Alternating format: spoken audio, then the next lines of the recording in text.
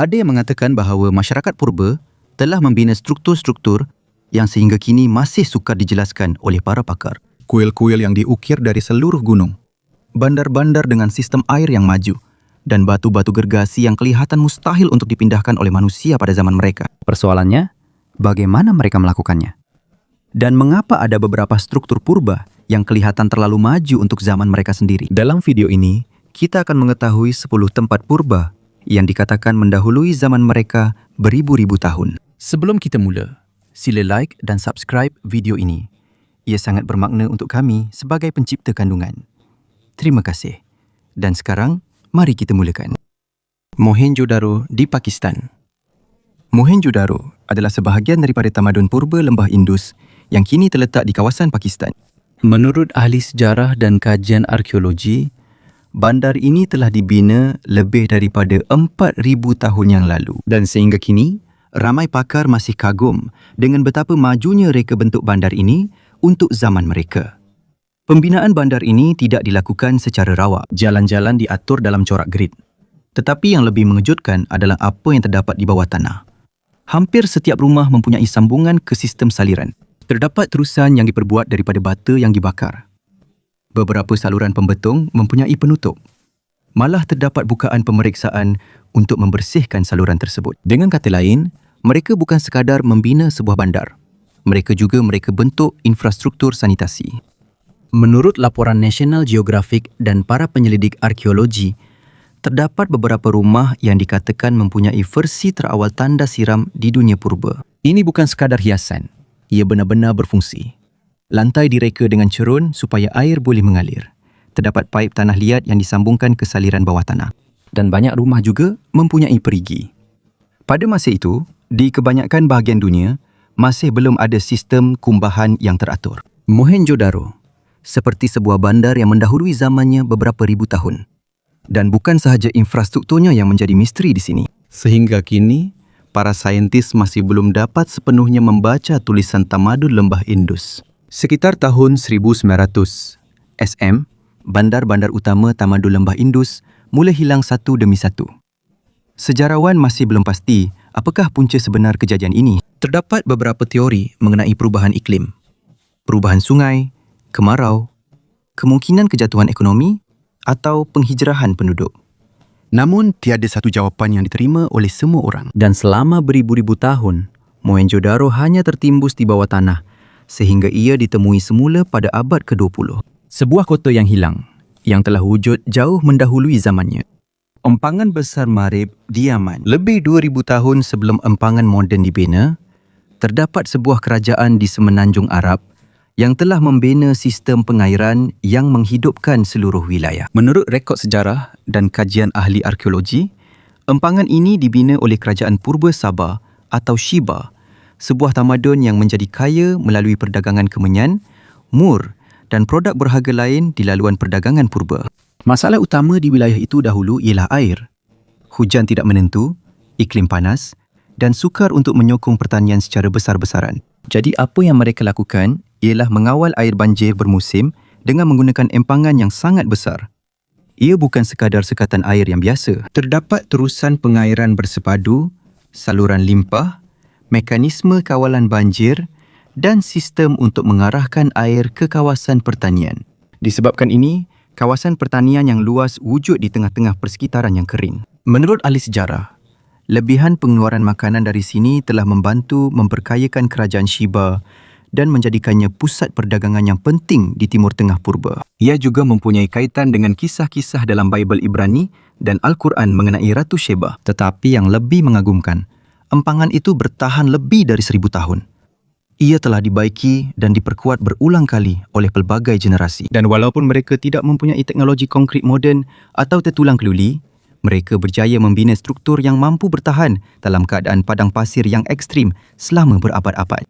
Akhirnya, sekitar abad ke-6 Masihi, berlaku kerosakan besar pada empangan itu. Menurut beberapa sumber sejarah Islam, kejatuhan sistem pengairan itu menjadi tamparan hebat kepada rantau tersebut dan dikaitkan dengan penghijrahan besar-besaran penduduk keluar dari kawasan itu. Dan hingga kini, empangan besar Marib tetap menjadi peringatan bahawa walaupun di dunia purba, sudah ada masyarakat yang mampu membina infrastruktur yang kelihatan mustahil untuk zaman mereka.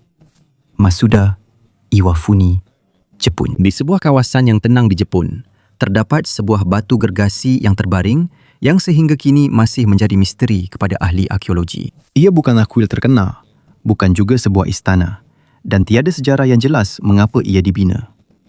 Ia dikenali sebagai Masuda Iwafuni. Ia boleh ditemui di wilayah Asuka, sebuah tempat yang pernah menjadi pusat kuasa Jepun purba pada abad ke-6 hingga abad ke-8. Asuka terkenal dengan makam lama, kuil dan ukiran batu yang pelik. Tetapi daripada semua itu, Masuda Iwafuni adalah antara yang paling pelik sekali. Menurut ahli arkeologi Jepun, ia tidak mempunyai persamaan yang tepat dengan mana-mana struktur Buddha atau Shinto yang terkenal pada zaman itu. Ia juga tidak sepadan dengan reka bentuk biasa makam atau asas istana di Jepun purba. Jadi sehingga kini, semuanya masih teori sahaja. Mungkin mereka cuba memindahkannya dahulu, tetapi kerana terlalu berat, ia ditinggalkan sahaja di tepi gunung. Ini menambah lagi misteri kerana perkara ini masih belum jelas. Dari mana sebenarnya granit ini diambil? Pada zaman moden, kita mampu memindahkan batu-batu besar menggunakan kren, sistem hidrolik dan peralatan berat. Tetapi di Jepun purba, bagaimana mereka mengukirnya?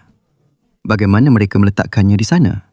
Dan yang paling penting, mengapa sehingga kini tiada jawapan yang pasti? Dan sementara ribuan pelancong melawat tapak bersejarah Asuka yang lebih terkenal setiap tahun, Masuda Iwafuni hanya terbaring dengan tenang di tepi bukit. Seperti satu mesej yang pernah ditinggalkan oleh dunia purba yang masih belum mampu kita baca. Nan Mandol, Mikronesia. Di tengah-tengah lautan Pasifik yang luas, terdapat sebuah kota purba yang kelihatan mustahil untuk zaman itu. Ia tidak dibina di atas gunung dan juga bukan di tanah besar. Ia dibina terus di atas terumbu karang. Inilah Nan Madol di Mikronesia. Apabila anda melihatnya buat kali pertama, ia kelihatan seperti bukan buatan manusia. Tembok laut yang panjang dan blok batu gunung berapi yang sangat besar telah disusun. Disusun bertindih seperti kayu balak gergasi. Menurut UNESCO dan penyelidikan arkeologi, kompleks ini terdiri daripada hampir 100 pulau buatan kecil yang dihubungkan oleh terusan-terusan. Sebab itu kadang-kadang ia juga dipanggil Venice of the Pacific. Tetapi soalan sebenar bukanlah tentang betapa cantiknya tempat ini.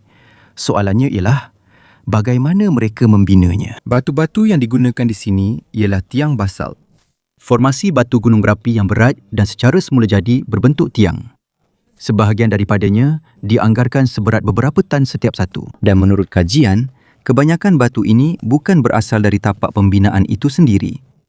Ia dikatakan perlu dibawa dari bahagian lain pulau ini. Menurut ahli sejarah, Nan Madol dibina oleh dinasti Saudela sekitar abad ke-12 dan menjadi pusat kuasa politik serta agama di rantau ini selama beberapa generasi. Reka bentuknya juga unik. Terdapat terusan di antara struktur batu. Terdapat dinding yang ditinggikan dan ada beberapa bahagian yang kelihatan eksklusif untuk golongan pemerintah serta upacara keagamaan. Namun sehingga kini, jawapan yang lengkap tentang bagaimana batu-batu yang sangat berat itu dipindahkan ke atas kawasan tersebut masih belum diketahui. Dalam tradisi lisan budaya tempatan, terdapat cerita tentang dua beradik yang dikatakan mempunyai kuasa luar biasa yang mampu menerbangkan batu-batu ke tapak pembinaan. Sudah tentu, itu tidak diterima sebagai penjelasan saintifik. Namun walaupun penyelidik moden sendiri mengakui sukar untuk menjelaskan logistik projek itu hanya menggunakan teknologi ringkas pada zaman tersebut. Ada teori tentang balutan guluh, penggolek dan tenaga manusia. Tetapi masih belum ada penjelasan yang benar-benar menjawab semua perincian. Akhirnya, kuasa dinasti Saudelor juga runtuh. Nan Madol ditinggalkan. Dan lama-kelamaan ia ditelan oleh alam semula jadi dan laut. Pada tahun 2016, UNESCO menambahkannya ke dalam senarai warisan dunia. Tetapi ia juga terus dimasukkan ke dalam senarai tapak terancam kerana kerosakan struktur dan kenaikan paras air laut. Dan sehingga kini, Nan Madol kekal sebagai salah satu pencapaian kejuruteraan paling mustahil dalam dunia purba. Sebuah bandar di laut yang seolah-olah dibina oleh tamadun yang sangat mendahului zamannya. Seterusnya, sebuah kuil di India. Kuil Kailasa di Gua Ellora. Salah satu pencapaian kejuruteraan paling mustahil dalam dunia purba. Apabila anda melihatnya dari atas, barulah anda sedar betapa gilanya perkara ini. Satu bongkah batu yang sangat besar telah digali ke bawah dari tebing, sehingga seluruh kuil muncul di tengah-tengah. Seolah-olah ada seorang pengukir gergasi yang hanya membuang batu-batu yang berlebihan, sehingga hanya tinggal reka bentuk bangunan yang tepat. Ada patung-patung besar, terdapat ukiran terperinci tentang adegan-adegan dari mitologi Hindu.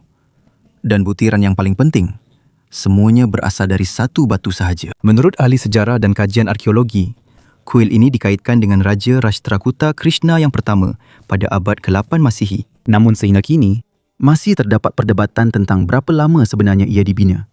Terdapat beberapa anggaran sejarah yang mengatakan ia mungkin telah siap dalam kurang daripada 20 tahun. Tetapi ramai jurutera meragui perkara ini. Kerana menurut analisis mereka, terlalu banyak batu yang perlu dikeluarkan untuk membina keseluruhan kompleks itu. Lebih sukar lagi, satu kesilapan dalam penggalian sahaja boleh merosakkan seluruh struktur.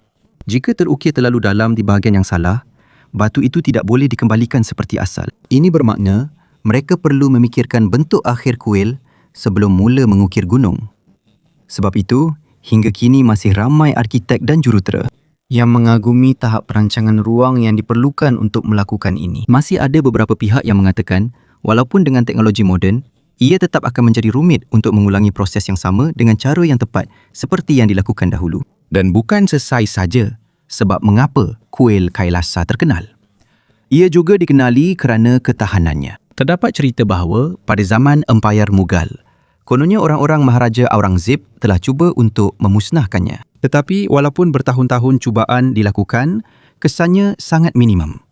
Sama ada kisah itu benar atau tidak, satu perkara jelas tentang strukturnya. Lebih daripada 1000 tahun telah berlalu. Terdapat artisan dan jurutera di India yang mampu menjadikan gunung itu sendiri sebagai karya agung. Batu-batu Baalbek, Lubnan. Baalbek terkenal dengan kompleks kuil Rom yang sangat besar, terutamanya kuil Jupiter. Tetapi misteri sebenar terletak di bawah kuil itu sendiri. Di platform asasnya terdapat apa yang dipanggil trilithon. 3 blok batu kapur gergasi yang diletakkan bersebelahan dengan sangat tepat. Setiap satu daripada batu-batu itu dianggarkan seberat ratusan tan. Dan bukan sekadar diletakkan, ia dipasang dengan begitu kemas sehingga hampir tiada ruang di antara mereka. Bila kamu lihat dari dekat, ia kelihatan seperti dibuat dengan ketepatan industri moden.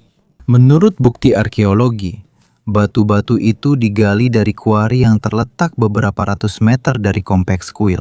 Ini bermakna mereka perlu memindahkan batu-batu yang sangat besar itu merentasi permukaan tanah yang tidak rata sebelum membina asasnya. Dan di situlah misteri bermula. Bagaimana? Terdapat beberapa teori mengenai penggunaan penggolek, tanjakan, tali dan tenaga manusia. Kemungkinan gabungan teknik kejuruteraan yang secara perlahan-lahan hilang ditelan zaman. Namun sehingga kini, masih belum ada penjelasan yang diterima secara universal tentang bagaimana batu seberat itu dapat diletakkan di posisi tersebut hanya menggunakan teknologi dunia purba. Cerita ini menjadi lebih luar biasa apabila terdapat penemuan batu yang lebih besar lagi di kawasan kuari. Pada tahun 2014, menurut laporan arkeologi oleh penyelidik dari Jerman dan Lubnan, satu lagi blok batu yang sangat besar ditemui dan ia tidak sempat dipindahkan. Batu ini lebih berat daripada yang berada di asas bangunan.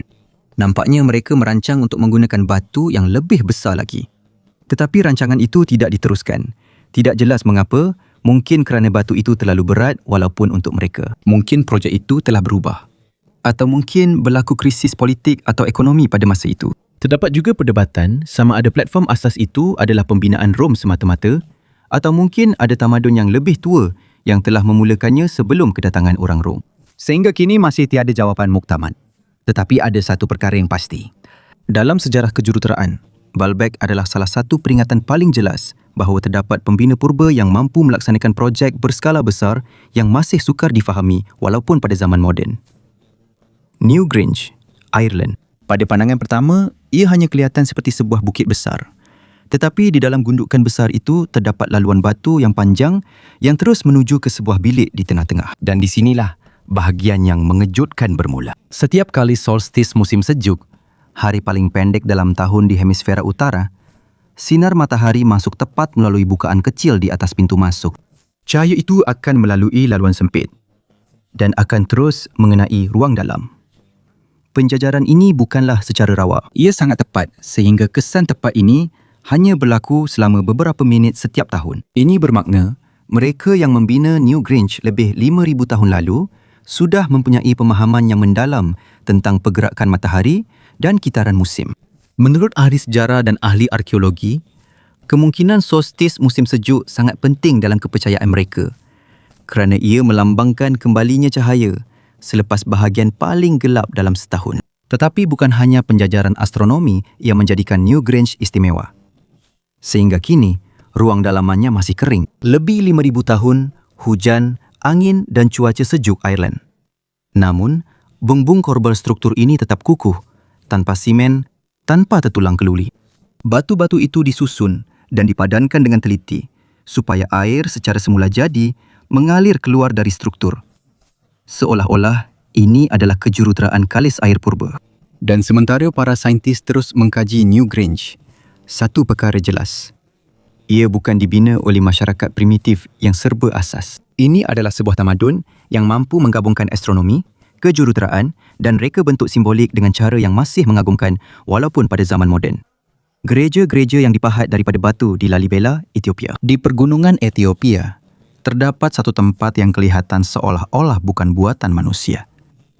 Inilah gereja-gereja yang dipahat daripada batu di Lalibela. Apabila kita kata diukir, ini tidak bermaksud hanya dihiasi dengan ukiran batu. Maksudnya, tanah itu digali ke bawah sehingga seluruh gereja muncul. Ia seolah-olah bertentangan dengan pembinaan biasa. Daripada membina ke atas, mereka membuang sebahagian besar batu sehingga hanya tinggal bentuk tepat bangunan-bangunan itu. Semuanya dari satu batu pejal yang sama. Menurut tradisi sejarah, gereja-gereja itu dibina pada zaman Raja Gebre Meskel Lalibela dari dinasti Zagwe, sekitar abad ke-12 hingga ke-13. Dikatakan bahawa tujuan beliau adalah untuk membina Jerusalem baru di dataran tinggi Ethiopia. Selepas menjadi sukar bagi para jemaah Kristian untuk pergi ke Jerusalem sebenar akibat konflik di rantau itu pada masa tersebut. Oleh itu, banyak bahagian kompleks ini mempunyai hubungan simbolik dengan tanah suci. Tetapi, walau sepenting mana pun simbolisme keagamaannya, kejuruteraan bangunan inilah yang benar-benar memukau orang ramai. Apabila penjelajah Portugis tiba di Ethiopia pada abad ke-16, mereka melaporkan bahawa gereja-gereja itu kelihatan seperti dibina oleh makhluk luar biasa. Malah ada tradisi tempatan yang mengatakan bahawa malaikat membantu dalam pembinaan pada waktu malam selepas manusia bekerja pada siang hari. Itu sememangnya sebahagian daripada kepercayaan agama dan bukannya penjelasan saintifik. Tetapi, walaupun kita mengetepikan legenda, realitinya masih kekal. Sangat sukar untuk menjelaskan bagaimana penggalian sebesar itu dapat dilakukan dengan begitu tepat. Dan yang lebih mengagumkan, Lalibela bukanlah runtuhan yang ditinggalkan. Selepas hampir 800 tahun, tempat ini masih lagi aktif sebagai tempat keagamaan. Sehingga hari ini, masih ada penganut Ortodoks Ethiopia yang setiap hari turun ke gereja-gereja batu itu untuk berdoa. Di dalam bangunan yang diukir terus dari gunung nenek moyang mereka, Sigiriya, Sri Lanka. Di tengah hutan Sri Lanka, terdapat sebuah batu granit raksasa yang tiba-tiba menjulang dari tanah, seperti kubu semula jadi. Tingginya hampir 200 meter. Dan di puncak batu itu, dahulu ada seorang raja yang membina istananya sendiri. Inilah Sigiriya, salah satu kompleks diraja yang paling menakjubkan di Asia Purba.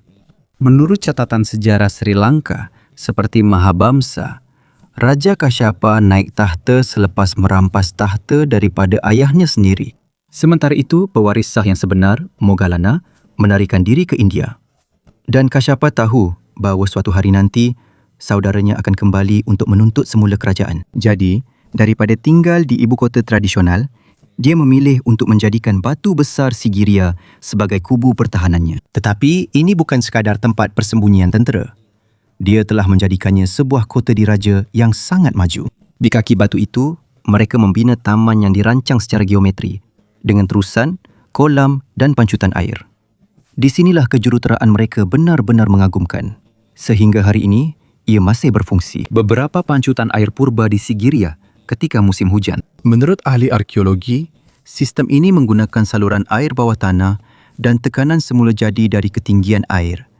hanya graviti dan reka bentuk hidrolik yang bijak. Dan ini telah dibina lebih daripada 1,500 tahun yang lalu. Semasa mendaki batu itu, dahulunya terdapat pintu gerbang singa gergasi, sebuah struktur besar yang diukir pada batu, yang dilalui pengunjung sebelum sampai ke puncak. Sekarang, hanya kaki singa yang besar sahaja yang masih tinggal. Terdapat juga apa yang dipanggil sebagai dinding cermin, iaitu dinding licin yang dahulunya sangat digilap, sehingga dikatakan raja boleh melihat pantulan dirinya sendiri ketika berjalan. Dan di tepi batu, Terdapat lukisan fresko wanita yang kelihatan seperti figura syurga, di mana sebahagiannya masih jelas walaupun telah beratus-ratus tahun berlalu. tetapi seperti banyak kerajaan purba yang lain, kuasa Kasyapa juga tidak bertahan lama. Selepas tahta dirampas kembali, Sigiriya ditinggalkan sebagai biara Buddha. Chan Bawi, India. Di kawasan padang pasir Rajasthan di India, terletaknya Chan Bawi, salah satu telaga bertangga yang paling luar biasa pernah dibina di dunia purba. Apabila anda melihat dari atas, anda akan segera faham mengapa ia begitu terkenal. Beribu-ribu anak tangga, corak geometri yang berulang-ulang dan reka bentuk yang hampir sempurna, simetri dari atas hingga ke bawah. Seluruh struktur ini menurun jauh ke dalam tanah untuk mencapai bekalan air bawah tanah di salah satu kawasan paling kering di India. Tetapi reka bentuknya bukan sahaja praktikal. Seni binanya juga sangat bijak. Semasa anda menuruni perigi bertangga ini, suhu secara perlahan-lahan menjadi semakin sejuk. Menurut para penyelidik, bahagian bawah lebih sejuk beberapa darjah berbanding bahagian atas. Dalam erti kata lain, ia seperti sistem penyejukan semula jadi di tengah-tengah panas terik padang pasir. Dan bayangkan, ketepatan yang diperlukan untuk membinanya. Beribu-ribu anak tangga. Semua ukuran sama, penjajaran yang sekata dan geometri yang konsisten dari permukaan hingga ke bahagian paling dalam. Tiada alat pengukur laser, tiada pelisian CAD, tiada drone untuk melihat keseluruhan reka bentuk dari atas. Para pembina pada masa itu secara literal menggali ke bawah sambil cuba mengekalkan corak keseluruhan struktur dengan tepat. Dan yang paling luar biasa, mereka tidak dapat melihat keseluruhan kesan visual akhir semasa mereka membinanya. Kamu hanya boleh melihat keseluruhan simetri geometri apabila kamu berada di tepi perigi bertingkat dan berdiri memandang ke bawah. Perspektif ini tidak tersedia untuk para pekerja semasa mereka membina bahagian bawah. Sebab itu sehingga kini ramai arkitek dan jurutera masih mengagumi ketepatan matematik Chan Bawi. Lebih daripada 1,200 tahun telah berlalu sejak ia dibina dengan sempurna. Kerajaan telah berubah. Empayar telah runtuh. Tetapi susunan setiap struktur masih kekal tepat. Seolah-olah geometri beku dari dunia purba.